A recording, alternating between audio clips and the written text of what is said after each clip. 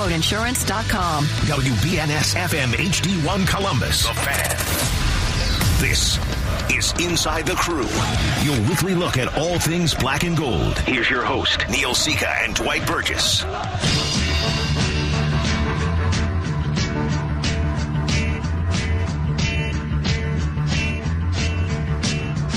We keep on turning. We do. And we hope you had a great Labor Day weekend. Inside the Crew. Why do they call it Labor Day when nobody works? Wonder. We could get into it. Sure we could.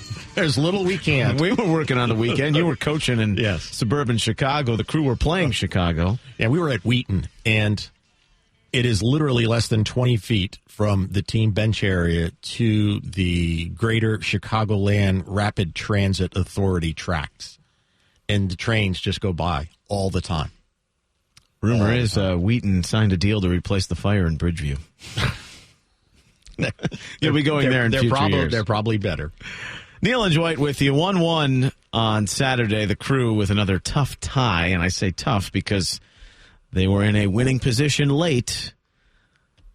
And I know you watched some of it. Yep. Being there, even with the fire and all the chances they created, probably thinking they should have had more than one goal. The Crew needed the second goal to kill the game off. I think it's a sample of what the seasons have been for those teams. Still 3 points difference, still 10th and 11th in the East, respectively, but another frustrating result at home for Columbus, which has one win in their last 9 home games. They're off this week, international break. We got Romario Williams coming up, Stejskal, the Athletic, Bill McDermott, our old friend, going to check back in after the big news in St. Louis, so still got a full show for you before the Crew resumes playing next weekend when they go to Atlanta. But missed listening to your dulcet tones as the live national feed was Chicago's broadcast, but and listening to those guys whom we know, obviously Frankie Klopas was on the show. They talk about the same things and the same frustrations, and really, in many respects, both teams have had the same experience in 2019. Yeah, and are anxious to move on, I think. Shouldn't take away from the great season that Pedro Santos is having. Nope. Now 10 goals, one shy of José Zardes for the team lead. Great season for the Portuguese winger.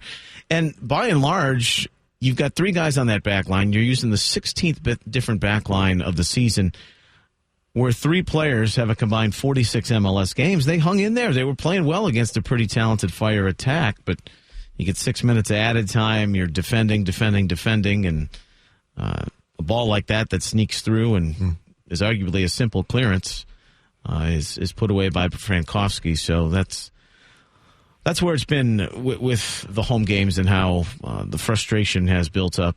And now you've got one home game left, and you're going against one of the East leaders when you return to play. But I think for 14 games in a 12-week span and these midweeks, I think the week off, the international week, I know some players will be away. It comes at a good time.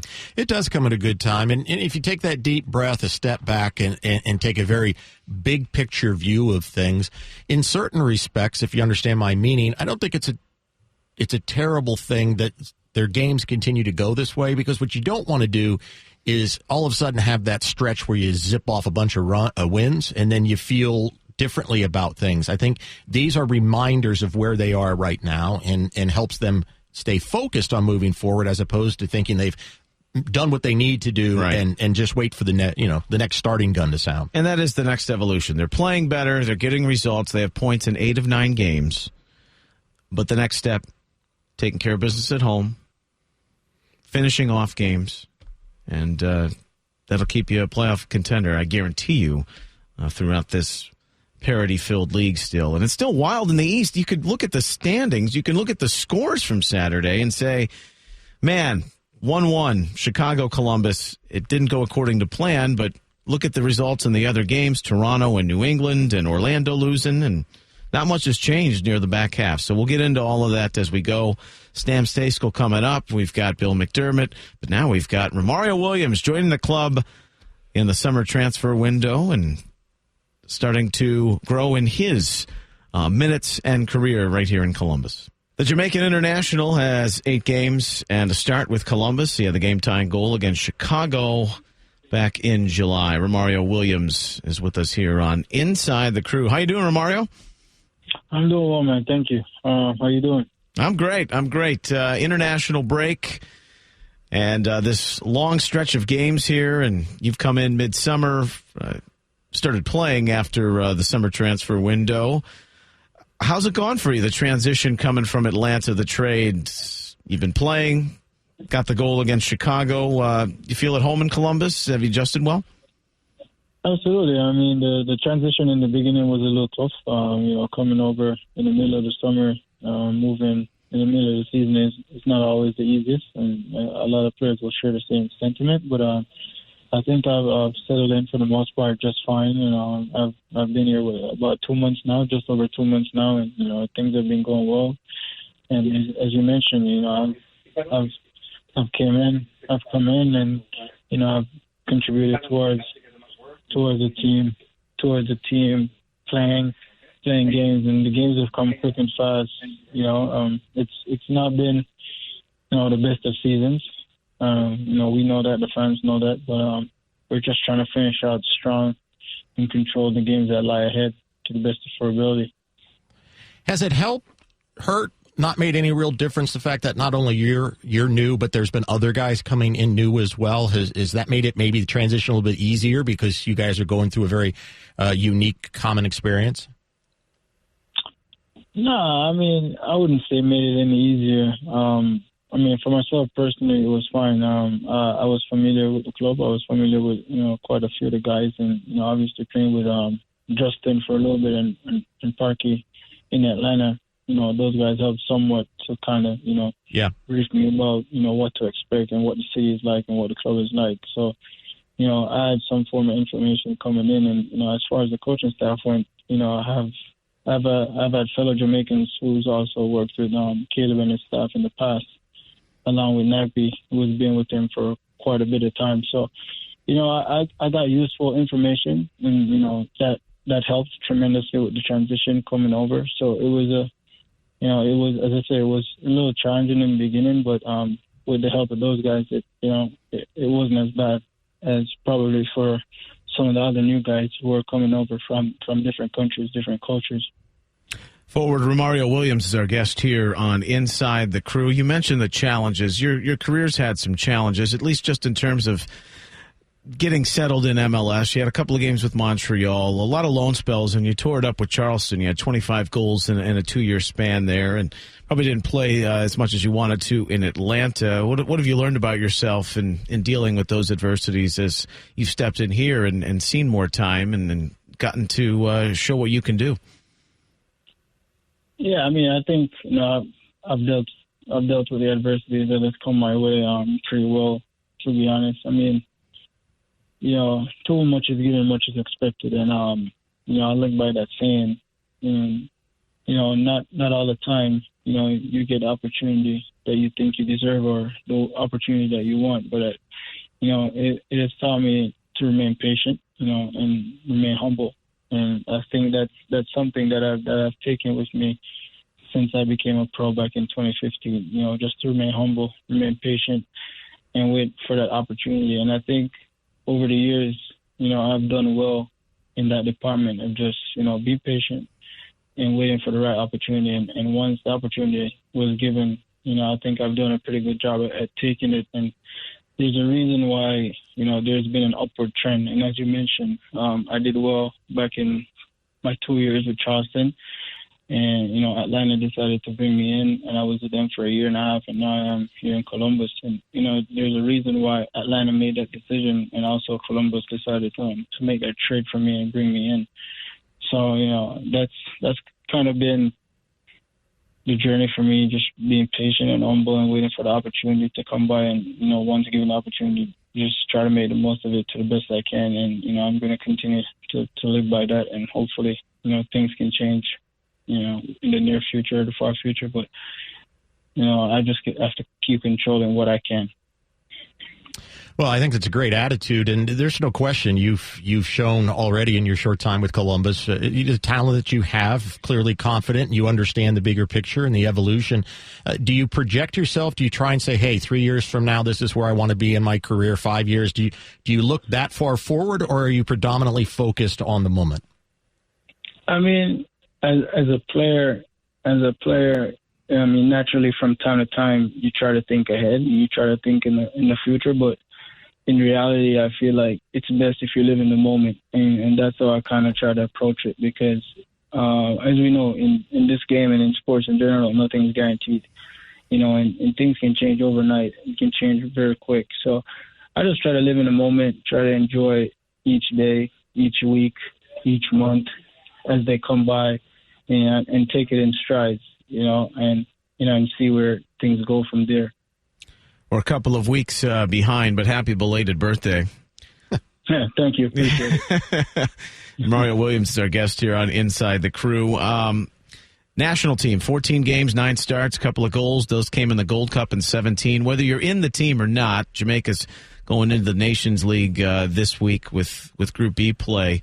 Antigua and Barbuda coming up. Do you keep your eye on that, whether you're in the team or not? That's kind of maybe another long-term goal or a short-term goal to get back into that group. How focused are you on at least keeping an eye with your Jamaican teammates? I know you caught up with Darren Maddox a couple weeks ago with Cincinnati, but that view of your international perspective and career, you've already had a solid beginning to that. Yeah, I mean, the international career has gotten out to, somewhat decent start, I'd say. As you mentioned, almost, 15 games under my belt with a couple of goals. And majority of those appearances come at start. And, making it to the Gold Cup final back in 2017. But, whether I'm there or not, I want the country, I want the federation to do well. They always have my support. Because at the end of the day, I'm Jamaican, and I love my country, and I want to see my country and my friends. Because most of those guys that are on the team, they're friends of mine. We grew up together, we played together growing up. So, of course, I want to see the team and those guys do well, and put Jamaica on the map. So yeah, I'll try to follow it as much as I can. I try to sit down and watch the games whenever those guys are playing, and I root them on, because at the end of the day, if they win, everyone wins, and that's what it's about.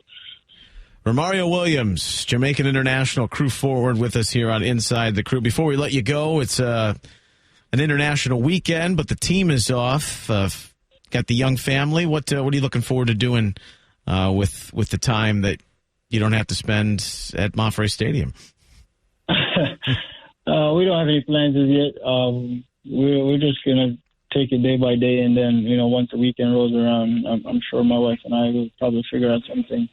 But at the same time, my wife and I, we're kind of the same. We like to chill, spend quality family time together and just, enjoy watching the kids run around. So I'm sure we'll figure something out, but as of right now, we don't have any plans. Good stuff, Rome. Great getting to know you. Continued success. Look forward to these conversations in the future. Thanks for joining us on the show. Sounds good, man. Thanks for having me. That's forward Romario Williams. He's got a goal on this season, 8 games and a start. We'll come back. Sam Stejskal, The Athletic. Talk MLS. U.S. also in action this week on the international break. Stay with us Inside the Crew. Back to Inside the Crew. Here's Neil Sika and Dwight Burgess. This is a band from Chicago, but we didn't play them. Yeah, I don't know what's gotten into you. It's not wedding season. Of all the Earth, Wind, and Fire songs, if you wanted to go that direction. I saw them in concert, by the way. How old were you? I was actually old enough to remember that. The Beatles, not so much. Our next guest actually lived in Chicago for a little bit. He was in Salt Lake, too. Now he's in Boston. Get to Sam Stejskal in a moment. But I'll remind you, 2020 full season memberships are on sale now. Receive new downtown stadium priority, the best prices on home matches, and much more. 614-447-CREW or columbuscrewsc.com for more information. Counting down to the days of shovels in the ground and the stadium groundbreaking sometime perhaps after the regular season in early October. Sam Stejskal is our guest. He writes for The Athletic. If you have not subscribed to The Athletic, I highly recommend it. Not just for the MLS coverage, but there's some great stuff there from our friends locally, too. Aaron Portzline and Tom Reed covering the Blue Jackets and the Browns. It's good stuff. Sam's had some great pieces, too, the most recent on Kamar Lawrence. But if you wanted to go back and revisit the life of Mercurio's Stephen Lenhart, he had a great piece earlier in the season. He joins us now. How you doing, Sam? I'm doing well, guys. How are you doing today? We're good. We're good. It's an international weekend, although there are 5 MLS games. Go figure, because teams have to play through the international break with the international dates coming up. But it's been a wild and wacky season in the East where I think we can put our finger on the pulse. It's either Philly or Atlanta. DC looked the part, and then they're struggling. But even the teams competing for 5, 6, and 7, I come off a game like Saturday, right? Columbus and Chicago finishing 1-1, and sure, it makes their chances even dire, but it's not like teams are claiming spots here to lock things down. Montreal loses.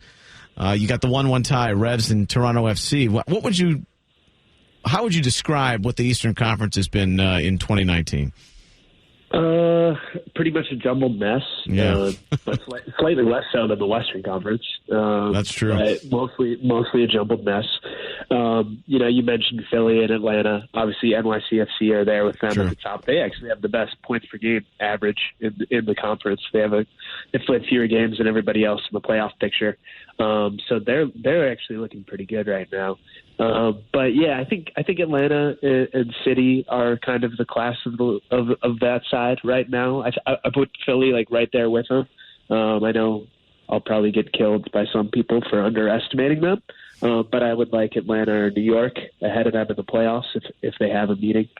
And then the rest of it, it's just everyone seems kind of the same. You take a step forward, then you take a couple steps back, and there's not a ton of consistency, and it's kind of all up for grabs. So, just when you think you have it figured out, something new changes. But the one team I like from that bottom group is New England. They've cooled off a little bit lately, but they've been really solid under Bruce Arena. I believe they've only lost one game. Yeah, and one in 15 or 16. Yeah, and that was to LAFC. Yeah, so not bad. Not exactly a ton of shame in that one. But yeah, so I like them, and it looks like if they take care of business, they have a chance at hosting an early round playoff game. So they can make some noise in the playoffs here. But yeah, kind of a jumbled mess. But that's MLS for you. The margins are pretty thin between a lot of these teams. I agree with you. New England's been a pleasant surprise. I'm sure a variety of reasons for that. But is Philly still kind of the story of the year, the surprise story of the year, to your mind? From the East? Yeah, I think so. I think I would put San Jose ahead of them in terms of overall surprises, just with what Matias Almeida's been able to do out there. But, Philly had a pretty solid year last year, too. I don't think many people picked them to improve upon it. I know I didn't, but I think the expectation was that they would at the very least compete for a playoff spot. So, maybe not a huge surprise. I would say Toronto's been surprising with their lackluster form once again, coming off a year when they didn't make the playoffs. So that's been a bit of a downer of a surprise from their perspective. But yeah, Philly has been really solid. Tim Curtin deserves a lot of praise. They play good soccer. They're getting contributions from some unheralded pieces. They don't spend a ton of money, but they're right there with the big boys that do. And, it'll be interesting to see how they can consolidate this in the offseason, if they can build on it, because they have one of the lower payrolls. They don't spend money on transfer fees. So it's going to be harder for them to continue to sustain this than it would be for an Atlanta or an NYCFC. Sam Stejskal from The Athletic is our guest here on Inside the Crew. With a month to go in the regular season, and let's look at the West specifically, the team most likely to take down LAFC in a one-game knockout in the playoffs is? Portland. Let's say Portland, which is weird because they're outside the playoff picture right now. But they have a game in hand on most of the competition, and they play pretty much every game at home from here on out. They've had success against LAFC already this season. They beat them in the Open Cup in LA, so that was a pretty significant win. And just the way that they play, I think, matches up pretty well with LAFC. If you go toe-to-toe with them and you try and play possession, it's probably not going to work. Right? They're going to be better than you at it as long as Carlos Vela is on the field. But Portland aren't at their best when they're playing that way. I think they kind of lack ideas against defenses that are sat in. But when you get them, when they get going in transition with Valeri and Blanco and Fernandez and some of the other guys they have going forward there, they're really hard to stop. And they defend pretty well. They're organized, they're disciplined, they work hard.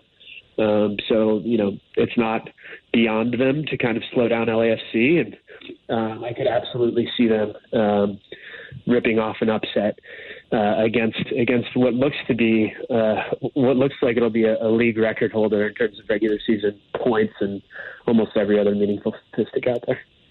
You referenced what's going on in San Jose, which has been impressive for sure, but obviously a guy close to the hearts of Columbus, Ohio, Schelotto. How do you rate what he's done this year with the Gals? Yeah, it's been interesting. They've been pretty bad since the end of May, and they're in 7th now, kind of holding on a little bit for dear life. I would not be surprised if they miss the playoffs, in fact. So it's, obviously they have a lot of talent, but I think that's a hard team to coach because of Zlatan. He's sort of a blessing and a curse, in my opinion. Yeah. Obviously, he scores a ton of goals, draws a ton of attention, creates a lot of publicity, but it's hard to sort of construct a team with him on the field, in my opinion, at least in MLS. Does he really fit into a system? Is he willing to fit into a system? I think a lot of his teammates are actually play intimidated by him, and I think that's absolutely a factor in their form. I think they're a little bit scared of him, and they don't always make the right play because of that. So I think it's kind of been an up and down first year for Schelotto. Having said that, if they do make the playoffs, I said Portland are the one team that I would pick to beat LAFC. The Galaxy are right there with them. And I don't think anyone would want to face that team in the postseason just because of what they have up top with Zlatan and Christian Pavón, who's done pretty well since he started playing after following the loan from Boca Juniors.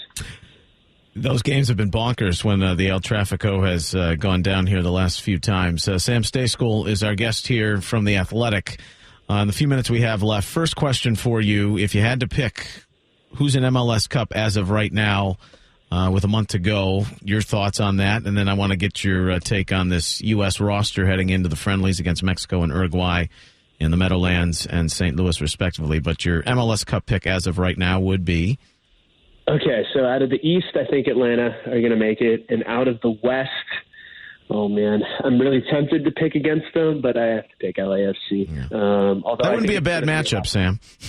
No, it wouldn't be it. I think it's going to be a lot tougher than people think for LAFC to get out of the West, so I think they're going to have some real scares. All right, real quickly on the U.S. roster, what are your thoughts on who's coming in and the shape up to see Mexico again right after the Gold Cup final, this time in New York on Friday, starting things off? Yeah, a few intriguing younger pieces. I'm personally excited to see Serginho Dest. He's fullback for Ajax. He's been playing for them in some big games. I believe he's just 18. So young guy, and interested to see him. I've personally never seen him play. I haven't caught any of his Ajax games so far this season. So excited to see how he does. Excited to see if Miles Robinson gets any looks, the Atlanta United defender, who's had a really strong year. And then a lot of people are obviously excited about Paxton Pomykal as well, FC Dallas midfielder. So we'll see if he gets any run. I wouldn't expect those younger guys, with the exception of perhaps Dest, to start against Mexico. It's a big group. There's 26 guys in the team. I think a few of the European guys will likely leave in between the Mexico and Uruguay games. So maybe they get some run in St. Louis in the second friendly. But those are kind of two of the guys I'm looking at. And, it'll be interesting. It's a good test against two strong opponents. So we'll see how they do. Anyone that's familiar with my work, which, maybe the three of you that are listening to this, thank you. They'll know that Sam, give yourself credit. There's five of us. Thank you. Right. They'll know that I'm not super high on the player pool for the USMNT. There's a lot of young, intriguing positions. But even the ones that we get excited about, Pomykal, for instance, or Jackson Ewell, or, whoever else, it's there's not a ton of difference makers on the international level, in my opinion. So we'll see. I mean, hopefully they prove me wrong. I think that would be good for American soccer if they do. So But we'll see, and definitely excited to see a few of those younger pieces get real strong tests against two quality opponents. It is clearly a work in progress. Sam, Stejskal, take care of that cold, buddy. Chicken soup for the soul. Hey, yeah, I don't know what's going on. Allergies are killing me. Appreciate the time. Good stuff, Sammy. We'll catch up with you down the road. Thanks for having me on, guys. Have a good one. Sam Stejskal, The Athletic, bringing you up to speed on the U.S. and around Major League Soccer.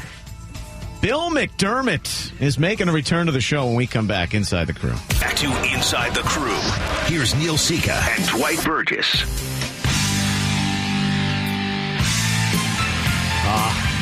Nothing better to bring Bill in than with a little Ronnie James Dio. Ronnie James. Live from Major League Soccer's newest city, official on August 20th. Our Rainbow in the Dark. Yes. Global television, and from the Kabuki Theater, Bill McDermott making his return to the program for the second time this season, and he wants to admit that he was the Enterprise color guard flag bearer prior to Game 3 of the Stanley Cup Final. How you doing, Bill? Indeed, I was. Neil, Dwight, how you doing? All I can tell you with this overall scenario finally taking place, and Neil already referenced it, the announcement, that date, August 20th, Don Garber pulled me aside and said, okay, will you stop now, please? On a personal level, how excited are you for this, though, that now it's official? Great. Because I'll tell you why. Not just for the MLS, but the overall national soccer map of relevancy. Because now you're considered for the possibility of having CONCACAF World Cup qualifiers. You're directly in the middle of your downtown area. It starts with the Gateway Arch. It goes to Busch Stadium, to Enterprise Center, as I just referenced, where the Blues play. Now you have an MLS championship team, potentially. Maybe they can reenact what the 1998 Chicago Fire did. We're not quite sure yet. But nonetheless, leading all the way to Forest Park, then up to Washington University, St. Louis University. But this is going to be right now in the middle of downtown St. Louis, where this stadium is going to be built. There's an $8 billion project going on with about 3, 4, 5, 6 different people. It's an overall civic renaissance. And now that soccer has been awarded, MLS has been awarded to St. Louis, it will be the crowning achievement to that overall endeavor. Where are we with the team name and stadium details and all that kind of stuff? Nothing right now, Dwight. I think the first order of business is going to be, to get a president/general manager in place. I don't know if that's going to be one person, 2 people, because as you well know, having been around this league so long, that's the type of a person who will be directly involved in every aspect of the business and the day-to-day operation of a Major League Soccer team. And in particular, from a startup franchise, it's a lot of work. I don't know this for a fact, but I think that's going to be the first order of business. Maybe Utes IQ and Phil Shane could fit in the booth together. And our coordinated producer would be Dennis Denninger. He'd be more than happy to see that trio reunited. He's known as Mr. Soccer in St. Louis. He's Bill McDermott, longtime telecast partner of Dwight Burgess. In fact, I did my first TV game with Bill, too, back in October of 2007 with the great Scalotto. Yeah, Bill gets around. Yes, yes, he does. What an era that, by the way, Neil, what an era that was for the Columbus Crew. It really was. In soccer. And we just had alumni weekend here with Chicago, and there were 25 former players and coaches, and Alejandro Moreno had joined me on the telecast. I think we can all remember we can call those players part of that championship era now, and there is something that has set the bar for this franchise going forward. And now that it's here to stay, it's great to see that Dr. Pete and the ownership has put this in place going forward, because I know as much as St. Louis is a part of you, Columbus is a part of you too, and that's special that the Crew will be here going forward. I cannot concur any more further. 100%. Some of my best years in soccer and broadcasting, the league package, obviously, and doing various World Cups, was being able to partner with Dwight doing Columbus Crew games. Now, there were different types of the year where there were the ups and downs in various seasons, but that overall 2008 season with Scalotto and Alejandro Moreno and Daniel Rourke and Carroll and Robbie Rogers. It was just really entertaining soccer to watch. Led obviously by number 7. I mean, Guillermo revolutionized, I think, at that particular time, the way the Crew played soccer. Yeah. Bill, you and I have had this conversation. Neil's been involved with it as well. But I want to give you an opportunity. Whenever we have Dave Johnson, it's in the net, Dave Johnson, sure, on the show, and we talk about the early days of MLS and DC United and what so many young fans of the league today really don't understand. How do you sum up for those who are now following this league that really don't have an appreciation for what the city of St. Louis has meant to soccer in this country? Some of the oldest names, the best names, some of the brightest moments historically of soccer in this country, even before MLS originated, really in your backyard. Very much so, Dwight. As a matter of fact, some of the newer fans think that soccer just started in the United States, not just with MLS, but when the World Cup came to the United States in 1994. They thought that was the prime mover, which it was, the most important event in the history of the sport in our country, obviously. But dating back to 1870, when it began here in St. Louis. St. Louis, I think, was the first soccer capital of the United States. Where that is now, we don't know, because everybody, and I mean everybody, plays. You've seen this. Yep. But I think St. Louis can always take pride in the fact, Dwight and Neil, that they were the birthplace of the popularity of the sport in our country. And one of the major teams that did a lot, that went quite a bit to putting St. Louis on the national soccer map, was the dawn of intercollegiate soccer and what St. Louis University started in 1959, playing and winning with literally 95 to 99% of local talent. Players from St. Louis, for all intents and purposes, won those 10 NCAA championships, which still, as of now, is unheard of in organized sports. Mm-hmm. Bill, a 2-time national champion with the Billikens. And we're talking first capital of American soccer. It's like Articles of Confederation, Philadelphia capital, like way, way back into that era. True or false, the Billikens will win another national title in the next 10 years? In the next 10 years, I believe so. And I'm not being I'm using the word jingoistic here a little bit out of context, but having played there and having seen what they've been able to do in the last 2 years since Kevin Kalish took over. He was the former direct. He played at Connecticut, finished his intercollegiate career at St. Louis University, but he was the former director of the academy system for St. Louis Scott Gallagher. So consequently, he has a real feel for the younger talent in and around the St. Louis area. And then he's combining that with some other talent from around the country that he's familiar with, having played against them academy years. So he's doing a really good job. Now, with that being said, they opened their season Saturday night in front of 5,900 people, by the way, losing to Notre Dame by a score of 3-2. It was a loss, but there was not an immense gulf, a gap in the quality of the two teams' play. But I think St. Louis University is well on its way to really getting back on the national intercollegiate soccer map of relevancy. That's right. Keep those homegrowns in town like the Taylor Twellmans of the world and not let them run off to like Maryland. Taylor Twellmans, Brad Davis, and we still like to call Brian McBride of St. Louis, and despite the fact that he's not. By the way, was he at the alumni weekend? He was not. Oh. The John Harkses of the world were Duncan Outen, Mike Clark, Alejandro Moreno. We had Jeff Cunningham return. Well, McBride wasn't. Jeff Cunningham, for the first time since he wrapped up his playing career, was back in Columbus, the all-time leading Crew goal scorer. And he scored a goal and then got red carded. in the 91st minute. Yes, of course. And he wasn't even on the roster. Real quick, 15th, 1999, one of, we've always talked about this, one of the most significant dates in the history of the sport in our country, the dawn of the first soccer-specific stadium in the United States, Crew Stadium. And it'll be wrapping up, season 21 next year, heading into 2021, which would take us to the new stadium. What's the vibe on the U.S.-Uruguay game coming to Busch Stadium next week? Busch. On a regular basis. But it's great that a powerful South American team would come into your city. And anytime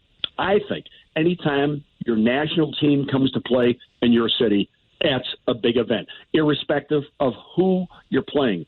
But when you have a chance to see a powerful South American team play, and, Greg Berhalter was in town, Dwight and Neil, at the announcement of this game, and he couldn't have been more gracious with relation to, I took a special moment with him to introduce him to some of the Soccer Hall of Famers from around the St. Louis area, St. Louis University players, UMSL players, Florissant Valley, but in particular, the two National Soccer Hall of Famers, Al Trost and Pat McBride. And Greg really wanted to know about their history and the pedigree of St. Louis soccer. So he took an obvious interest. And I think, Dwight, you and I had talked about this when I asked you about Greg Berhalter with his tenure with the Crew, that people are just going to have to be patient and see this is definitely a new era for American soccer. But it is, as he's probably been told when he took the job, it is mandatory that you qualify for the World Cup. Yep. St. Philip Neri's most famous alum, Bill McDermott, on the show with us. Bill, it is always a delight to talk to you. 2 caps now complete on this year's show, but looking forward to many great conversations going forward with the new edition of your home market in Major League Soccer. Always great to talk to you. Well, hopefully. Thanks, Neil. Thanks, Dwight. Thanks. We'll come back and put a bow on the show. This is Inside the Crew. Back to Inside the Crew. Here's Neil Sika and Dwight Burgess. This was my bookend. Got these wedding songs, yes, these prom Earth, Wind, and songs. Fire. My mom would listen to this constantly. That and like Phantom of the Opera, Andrew Lloyd Webber. Everybody listens to this song, and they tell you they don't, but they do. Well, she was cleaning the house. Good memories of childhood there. It is Volume 8, Chapter 22 of this show, Inside the Crew, as we're winding down this episode. Once again, remember, 2020 full-season memberships are now on sale. Purchase or renew now to receive new Downtown Stadium priority, best prices on home matches, and so much more. 614-447-CREW or ColumbusCrewSC.com. Just one more home game, just 4 remaining in the season. Hispanic Heritage Night is September 29th. Philadelphia in town. You can come celebrate. Get your tickets today online. That's also the Zoo Night, Columbus Zoo visiting the Plaza. Live animals, that's always fun. Hope they bring a cougar. Last regular season home match against the Union. It was go and play well with SC and Crew Cats and part of the Cat family. Yeah, there you go. It's kind of an odd end of the season, though, isn't it? I mean, you go out to Vancouver. Yeah, and mind-wise, you're not ready for the regular season to wrap the first weekend in October when it's gone basically up to Halloween. At least, last 3 or 4 years, yeah. So playoffs are not. MLS Cup in 15, it was into early December. Right. So now it's weird. To go back and reiterate why they're doing that, to get the playoffs within the 2 international windows, be done by Thanksgiving, but you're looking at an earlier season opener. I think the last weekend in February is what the plan is next year.